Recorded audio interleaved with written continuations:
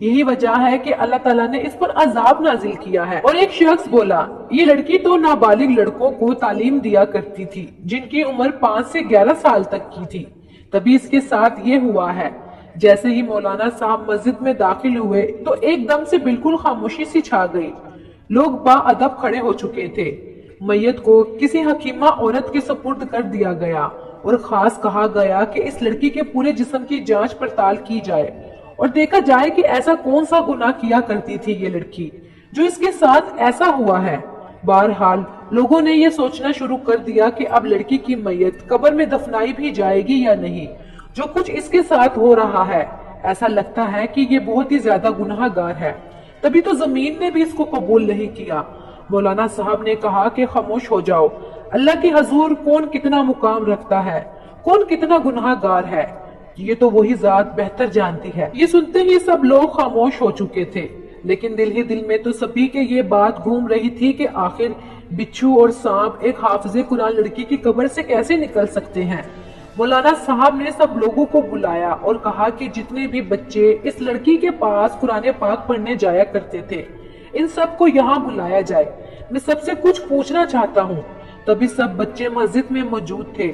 مولانا صاحب آگے بڑھے، بچوں سے بڑے ہی پیار سے سوال کرنے لگے، کیا تمہاری دینی استانی تم پر کبھی ہاتھ اٹھایا کرتی تھی یا سختی برتا کرتی تھی؟ یہ سن کر بچے خاموش ہو چکے تھے، پھر کہنے لگے کہ ایسا کچھ بھی نہیں ہے، وہ بہت ہی اچھی استانی تھی، ہم نے تو پہلا حرف ہی ان کے پاس آ کر سیکھا، انہوں نے کبھی بھی کسی بچے کے ساتھ سختی نہیں کی اور نہ ہی کبھی کسی بچے کو مارا تھا۔ سبھی بچوں کا رد عمل بھی یہی تھا، بچے بھی اپنے چہروں پر مطمئن دکھائی دے رہے تھے۔ مولانا صاحب نے سوال کیا، اس لڑکی کے گھر میں کوئی اور فرد موجود ہے؟ 2 آدمی وہاں پر آئے اور بتانے لگے کہ مولانا صاحب اس کے گھر میں تو سوائے اس کے اور وہاں پر کوئی نہیں رہتا تھا، اس کے ماں باپ کا انتقال ہو چکا ہے، وہ اکیلی رہتی تھی، نہ جانے تنہائی میں اس نے ایسا کون سا گناہ کر دیا جو اللہ پاک نے عذاب کی صورت میں اس کی قبر میں سانپ اور بچھو ہی بچھو کر دیے۔ مولانا صاحب بے حال ہو چکے تھے۔ ایک تو لڑکی ایسی تھی کہ جس کے کردار پر ایک بھی داغ دکھائی نہیں دیتا تھا، سبھی لوگ اس کی عزت بھی کر رہے تھے اور اس کی تعریفیں کرتے بھی نہیں تھکتے تھے، لیکن اب اس کے مرنے کے بعد اس کی برائی کر رہے تھے۔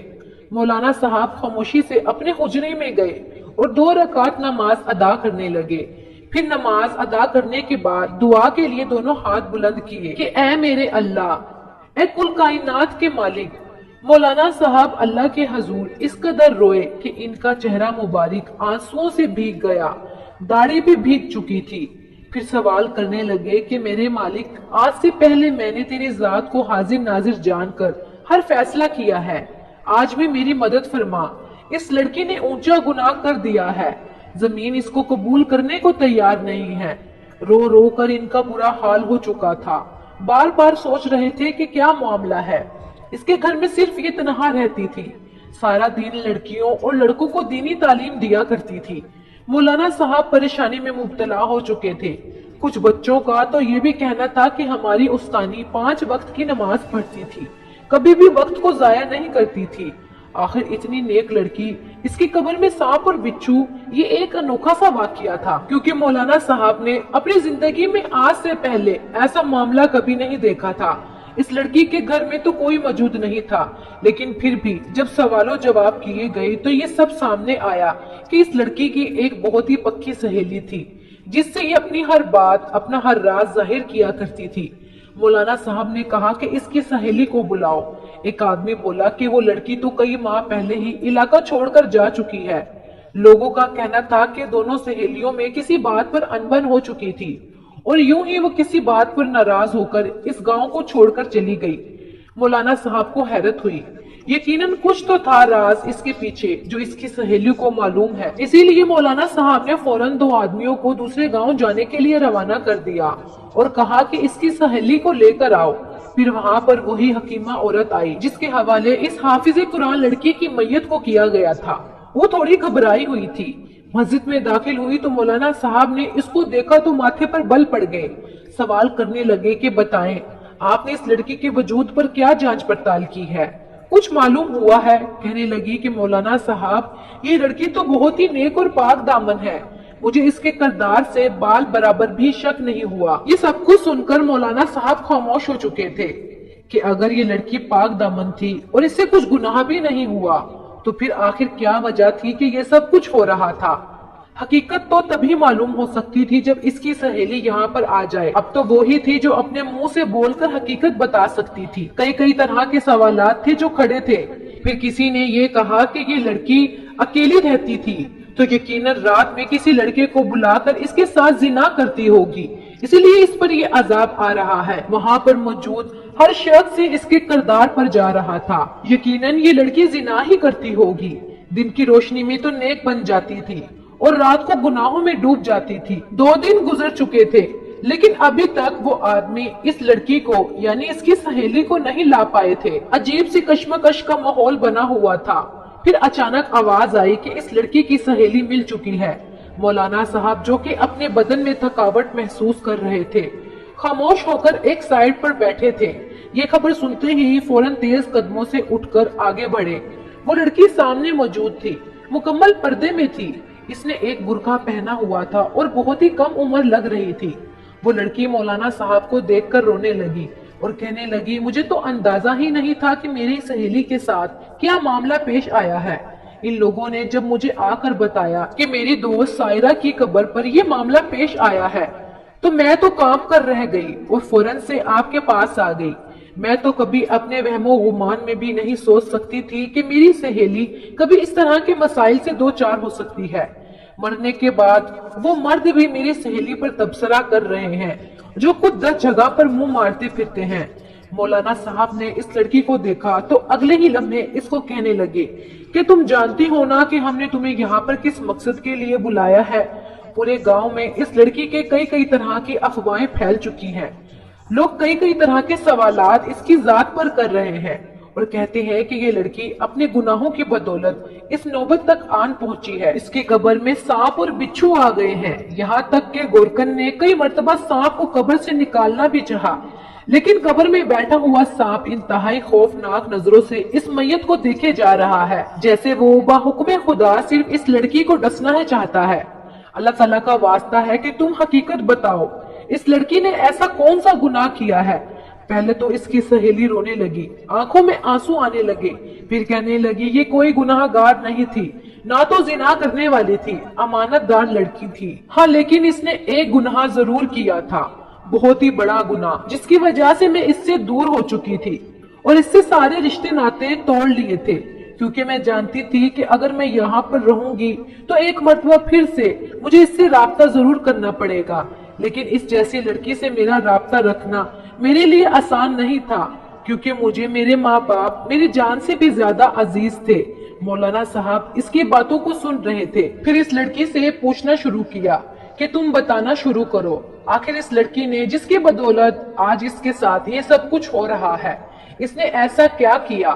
وہ لڑکی کچھ دیر تو خاموش رہی، پھر کہنے لگی کہ مولانا صاحب میں اس لڑکی کے پڑوس میں رہتی تھی، ہم دونوں نے ایک ساتھ ہی قرآن مجید حفظ کیا تھا، مگر کیونکہ اس کے والد پہلے ہی وفات پا چکے تھے اس لیے پورے گھر کی ذمہ داری اس پر تھی۔ پھر گھر کے خراب حالات کی وجہ سے اس نے بچوں کو قرآن مجید پڑھانا شروع کر دیا اور ایک ہدیہ مقرر کیا، جو بچے بھی اس کے پاس قرآن پاک پڑھنے آتے مخصوص ہدیہ دیا کرتے تھے۔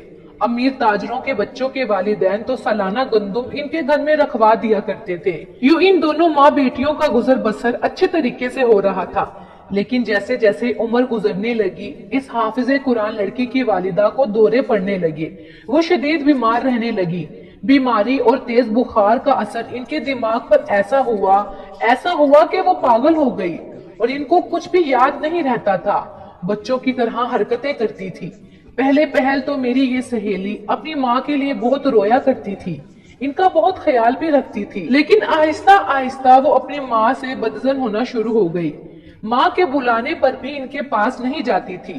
اس کی ماں رفع حاجت کے لیے اپنی بیٹی کو بلایا کرتی تو وہ کان ہی نہیں دھرتی تھی، ان کی کوئی بات نہیں سنتی تھی، بلکہ کہتی کہ میں فلاں کام کر رہی ہوں، اس کے بعد آ جاؤں گی۔ ماں یوں ہی بستر پر پاخانہ پیشاب کر دیتی اور وہ خراب ہو جاتا۔ کئی دن وہ اپنی ماں کا بستر بھی تبدیل نہیں کرتی تھی، اس کا دل کرتا تو وہ اپنی ماں کو کھانا دے دیا کرتی تھی، ورنہ وہ بیچاری بھوکی پیاسی ہی بیٹھی رہتی اور وہ خود بچوں کو درس دینے میں مصروف رہتی تھی۔ جیسے جیسے مولانا صاحب اس لڑکی کے منہ سے یہ سب کچھ سن رہے تھے، ان کے ماتھے پر مزید بل پڑتے جا رہے تھے۔ غصے سے ان کا چہرہ سرخ ہو چکا تھا۔ کہنے لگے کہ یہ لڑکی سبھی لوگوں کے ساتھ تو بہت اچھی تھی، نیک کام کرتی تھی، 5 وقت کی نماز بھی ادا کرتی تھی۔ ہر نماز کے بعد پر یہ اپنی ماں کے لیے دعا کرنے لگی کہ یا اللہ اسے اپنے پاس بلا لو، اللہ پاک میں اپنی ماں کی خدمت کر کر کے تھک چکی ہوں اور یہ وفات پا جائے تو اچھا ہے، یہ مجھے ٹھیک سے عبادت بھی نہیں کرنے دیتی، بچوں کو پڑھانے کا بھی ٹائم نہیں دیتی، یہ بچوں کو پڑھانے میں رکاوٹ حائل کرتی ہے جس کی وجہ سے بار بار مجھے غسل کرنا پڑتا ہے۔ ایک روز میں وہیں پر موجود تھی جب اس کی ماں اس سے پانی مانگ رہی تھی، وہ بیچاری بار بار اسے پانی کے لیے بلا رہی تھی لیکن اس نے ایک نہ سنی۔ میں نے خود جا کر انہیں پانی پلایا۔ اس کی ماں میرے سامنے رونے لگی، اس کی آنکھوں میں آنسو تھے، وہ روتے ہوئے مجھے اپنی بیٹی کی شکایت کرنے لگی، لیکن جب میری سہیلی نے سنا تو وہ وہاں پر آئی اور اپنی ماں کو ایک زوردار تماچا دے مارا اور گالی دینے لگی، کہنے لگی کہ تمہاری خاطر میں نے اپنی زندگی برباد کر دی ہے، میں نے تمہارے لیے کیا کچھ نہیں کیا، ساری کمائی تمہارے علاج پر لگا دی، پھر بھی تم مجھے باتیں سنا رہی ہو، لوگوں کے سامنے مجھے بدنام کر رہی ہو۔ اتنا سننا تھا کہ مجھ سے برداشت نہ ہوا، میں نے بھی اپنی سہیلی کے منہ پر تھپڑ دے مارا اور وہاں سے چلی گئی۔ اس کے بعد میں نے کبھی بھی واپس نہیں آئی۔ میں تو اپنی سہیلی کی ماں کو بھی اپنے ساتھ لے جانا چاہتی تھی لیکن اس نے اپنی ماں کو بھی میرے ساتھ جانے نہیں دیا۔ پھر میرے والد بھی بہت بڑے تاجر تھے، میں ان کے ساتھ دوسرے گاؤں میں آ کر رہنے لگی۔ میرے جانے کے بعد اس کی والدہ کا انتقال ہو گیا اور وقت گزرتا رہا۔ آج اس کی والدہ کا انتقال کو ٹھیک 2 ہفتے گزر چکے ہیں اور آج یہ لڑکی بھی وفات پا گئی۔ لوگوں کو پتا چل گیا کہ یہ لڑکی اپنی ماں کے حق میں بہتر نہیں تھی، ماں کو گالی گلوچ کیا کرتی تھی، اللہ تعالیٰ کے تو سبھی حقوق پوری کرتی تھی، لیکن جب ماں کا معاملہ آیا تو اس کی نافرمان بن گئی، حقوق العباد پورے نہ کر سکی۔ ماں کے ساتھ اس کا رویہ بہت ہی برا تھا۔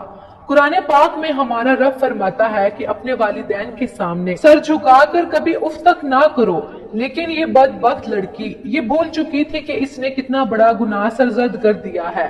وہاں پر موجود سبھی لوگ رونے لگے، ان کی آنکھوں میں آنسو آ چکے تھے۔ جانے انجانے میں صحیح سب لوگوں نے اپنے والدین سے معافی مانگی اور اپنے برے رویے کا سب کو بہت ہی پچھتاوا تھا۔ سب لوگ روتے رہے، اللہ تعالیٰ سے معافی تلافی کر رہے تھے۔ اس لڑکی کے لیے استغفر اللہ کا ورد کرنے لگے کیونکہ ماں کی نافرمانی کا انجام ان لوگوں نے اپنی آنکھوں سے دیکھ لیا تھا۔ پھر اس لڑکی کو جب قبر میں اتارا جانے لگا تو ابھی بھی ایک جانب سے وہ سانپ وہاں پر موجود تھا اور ان گنت بچھو بھی فن پھیلائے وہاں پر موجود تھے۔ مولانا صاحب کہنے لگے کہ اب یہ اس کا اور اللہ کا معاملہ ہے، اس کو قبر میں اسی طرح دفن کر دیا جائے۔ اب وہ سانپ اس حافظ قرآن لڑکی کے ساتھ ہی دفن ہو چکا تھا۔ استغفر اللہ۔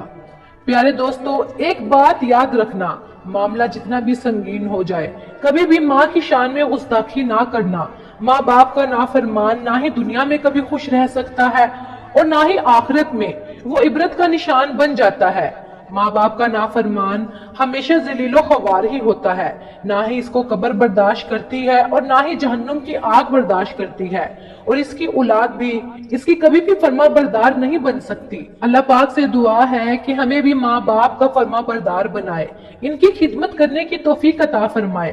اگر ہم سے بھی کبھی کوئی غلطی یا کوتاہی ہو جائے تو اللہ پاک ہماری غلطیوں اور کوتاہیوں کو اپنی شان کے مطابق معاف فرمائے، آمین یا رب العالمین۔ پیارے دوستو، نیکی اور ثواب کی نیت سے اس واقعے کو دوسرے لوگوں تک بھی ضرور شیئر کیجیے گا، کیا پتہ یہ بات کسی کے دل میں ہو جائے اور اس کا ثواب ہمارے نصیب میں۔